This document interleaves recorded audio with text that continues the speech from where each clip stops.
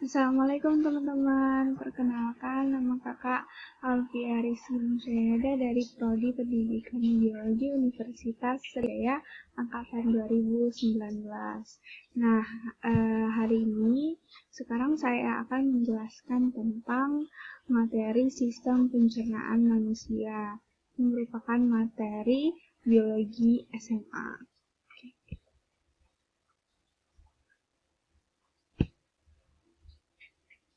Nah, sebelumnya kakak akan menjelaskan jenis-jenis nutrisi yang sangat dibutuhkan oleh tubuh manusia. Jadi, nutrisi ini adalah zat yang sangat berperan penting dalam proses pertumbuhan suatu makhluk hidup. Nah, di sini terdapat beberapa jenis-jenis nutrisi yang dibutuhkan oleh manusia. Yang pertama itu karbohidrat. Karbohidrat itu adalah sumber utama energi di dalam tubuh kita. Kemudian ada lemak. Nah, lemak ini adalah unit penyimpanan yang terbaik dalam tubuh manusia. Jadi makanan yang kita makan akan menyisakan energi sisa. Nah, energi sisa ini akan diubah menjadi lemak. Dan lemak ini nanti akan digunakan sebagai penyimpanan dan akan digunakan lagi di waktu-waktu lain. Kemudian ada protein. Nah, protein ini dibutuhkan sebagai penghasil energi untuk pertumbuhan atau memperbaiki sel-sel tubuh yang rusak, pertumbuhan energi atau enzim di dalam tubuh, kemudian untuk sebagai pembentuk antibodi. Selanjutnya air. Nah, air ini sangat berperan penting di dalam tubuh kita karena tubuh kita ini 93%-nya tersusun dari air. Oke, air ini sangat berperan penting di dalam sistem pencernaan juga loh, karena makanan yang kita makan akan dibasahi lagi dengan air untuk lebih mudah dicerna. Makanya kalian sangat disarankan untuk minum 2 liter atau 8 gelas air dalam sehari. Karena kalau kalian kekurangan air, maka kalian akan dehidrasi dan akan merasa lemas seharian. Kemudian ada vitamin. Vitamin ini sedikit yang dibutuhkan oleh tubuh, tapi bukan berarti tidak ada. Vitamin ini berfungsi untuk mengatur kekebalan tubuh atau mencegah beberapa penyakit yang datang. Selanjutnya kita masuk ke materi inti ya. Nah, Kak, apa sih Kak sebenarnya dari tadi bahas sistem pencernaan, apa sih yang dimaksud dengan sistem pencernaan itu? Jadi, sistem pencernaan itu adalah proses memecah makanan menjadi molekul yang lebih kecil sehingga dapat diserap oleh tubuh melalui pembuluh darah. Nah, ada pun organ-organ utama yang berperan penting dalam proses pencernaan makanan ini antara lain ada mulut, kerongkongan, lambung, usus halus, usus besar, dan rektum dan anus.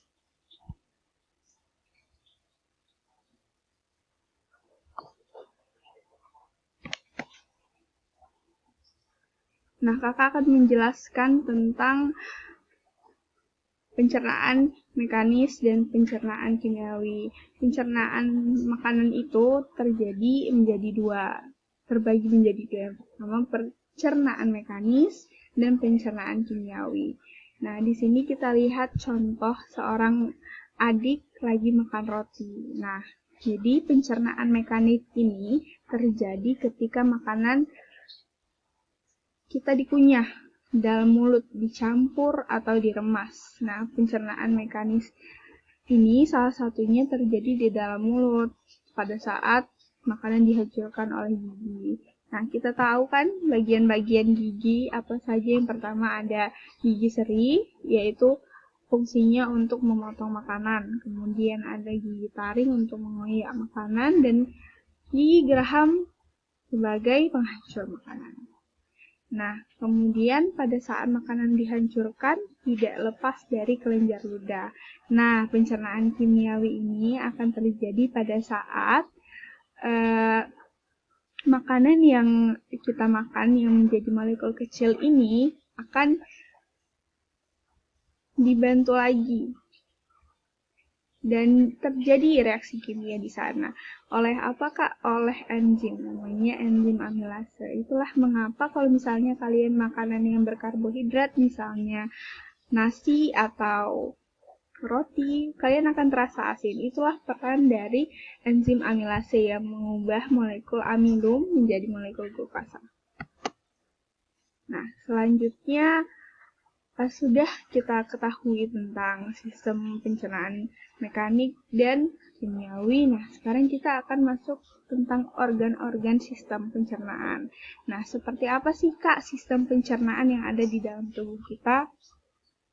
Nah, organ-organ yang berperan penting antara lain yang Kakak sebutkan ini, pertama ada mulut, kemudian ada esofagus, lambung, usus halus, usus besar, rektum, dan anus.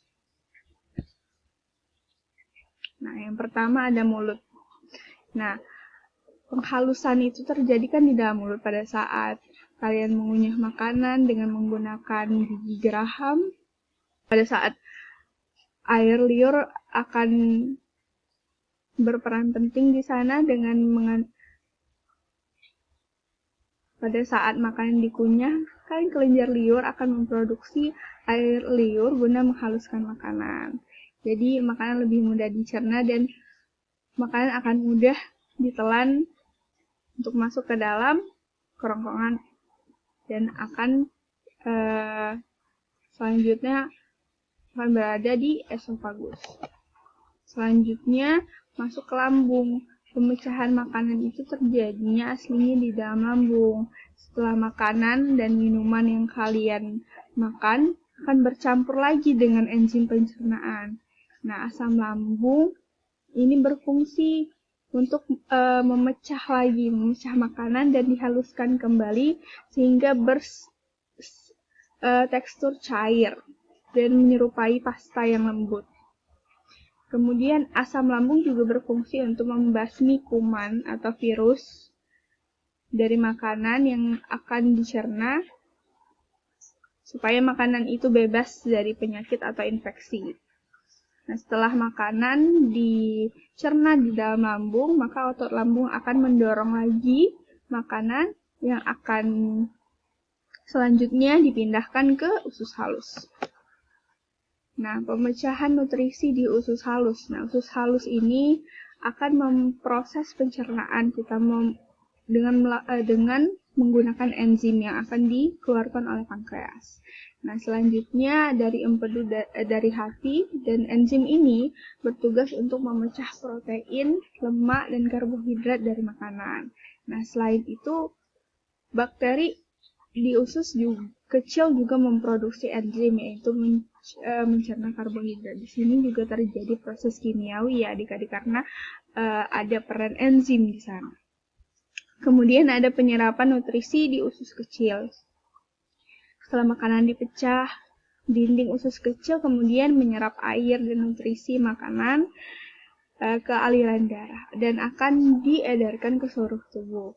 Nah, sisa-sisa makanan yang sudah dicerna tadi akan diserap lagi ke usus besar. Nah, terjadi pemadatan sisa di usus besar ini. Tugas usus besar itu adalah menyerap air dan nutrisi yang tersisa di sisa makanan. Nah, kemudian akan menjadi padat dan akan berbentuk feses atau tinja. Selanjutnya ada peran rektum dan anus. Pada saat sudah menjadi feses, kemudian akan disalurkan lagi ke rektum. Nah, rektum ini adalah bagian terakhir dalam usus besar yang berfungsi sebagai tempat penyimpanan feses sementara dan sebelum dikeluarkan oleh tubuh. Nah, pada saat sudah ada kontraksi dari perut dan mulai penuh, nah, otot-otot sekelilingnya tuh akan terangsang mengeluarkan feses. Itulah pada saat Anda kebelet Misalnya Anda mau buang air besar, itu ada terjadi kontraksi otot-otot di sekeliling rektum untuk Anda bisa buang air. Nah, fungsi anus itu adalah sebagai saluran keluarnya feses tadi ya. Otot-ototnya bisa berkontraksi di bawah kendali kalian untuk mengatur pengeluaran feses. Sekarang kita akan masuk ke macam-macam gangguan pencernaan. Nah, gangguan pencernaan itu yang kakak jelaskan ada 3 ya. Pertama, obesitas. Nah, obesitas ini adalah biasanya disebabkan oleh kebanyakan makan atau konsumsi makan yang berlemak terlalu berlebihan, atau kurangnya aktivitas tubuh juga akan membuat kalian obesitas atau kenaikan berat badan terlalu tinggi. Atau bisa juga disebabkan oleh keturunan atau pewarisan sifat gen yang terlalu sering mengkonsumsi obat-obat tertentu. Kemudian ada karies gigi. Karies gigi ini atau gigi berlubang itu merupakan salah satu gangguan pencernaan. Jadi gigi akan rusak akibat terinfeksi oleh bakteri yang akan merusak struktur gigi kalian. Nah, pada umumnya penyakit gigi dan mulut ini disebabkan karena kurangnya menjaga kebersihan mulut. Itulah penting sekali untuk menjaga kebersihan mulut dengan cara gosok gigi sekitar 3 kali sehari. Kemudian ada MAH atau gastritis. Jadi penyakit ini seringkali dirasakan oleh anak-anak sekolah. Itu disebabkan karena bakteri Heliobacter, atau kalian sering stres, atau makannya tidak teratur, atau pola makan terganggu, dan banyak mengkonsumsi makanan yang terlalu pedas atau asam. Nah, demikian yang saya bisa sampaikan. Kesimpulan hari ini adalah pencernaan makanan itu merupakan proses terjadinya dan pemecahan makanan di dalam mulut dan diperankan oleh beberapa organ yang sangat penting. Dan terus jaga makanan kalian, sikat gigi teratur, dan banyak-banyak mengkonsumsi nutrisi biar kita tambah sehat. Nah, terima kasih. Sekian yang dapat saya sampaikan. Terima kasih atas kesempatannya. Saya akhiri. Wassalamualaikum warahmatullahi wabarakatuh.